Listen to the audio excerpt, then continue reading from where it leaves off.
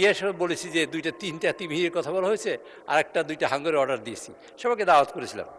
এই বিষয়ে একটা কার্টুনের আকারে কোনো এক ব্যক্তিকে গ্রেপ্তার করা হয়েছে। মাননীয় স্পিকার, আমি জানি এটা উঠতে পারে সংসদে, এই জন্য আমি ফাইল নিয়ে এসেছি, আর এটা আমার টেলিফোন আছে। মাননীয় স্পিকার, আমি অনেকগুলা চিঠি দিয়েছি, জিডি এন্ট্রি করেছি, কোনো ব্যক্তির বিরুদ্ধে নয়।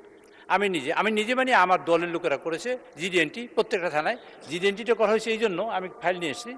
জিডি এন্ট্রিটা হয়েছে 1/12-তে, আর 17/12 এবং 20/12/2025 জিডি এন্ট্রির টাইম এখানে আছে, এটা ফেসবুকে আছে, আমার ফেসবুকে লিখে দিয়েছি।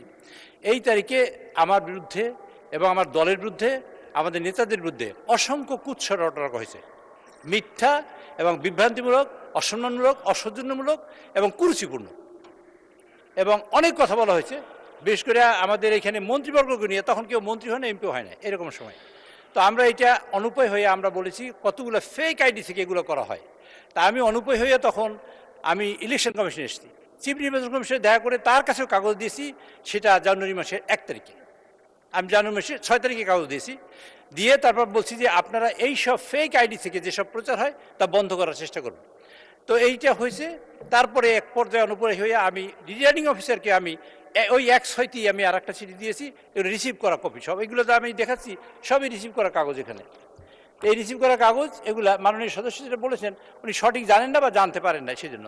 1 মিনিট আমার কথা শেষ করতে দেন, আপনার হাত যাওয়ার দরকার নেই, আমার কথা শেষ করি।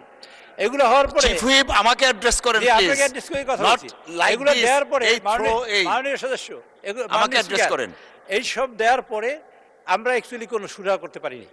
এটা আইন শৃঙ্খলা কমিটির মিটিংও আমরা বলেছি যে যারা ফেক আইডি দিয়ে এটা করে আপনারা তাদের বের করে তাদের শাস্তির আওতায় নিয়ে আসেন অথবা কোনো একটা ব্যবস্থা করেন, কিন্তু ফাইনালি নির্বাচনের আগে আমরা করতে পারি নাই। আমি তারপর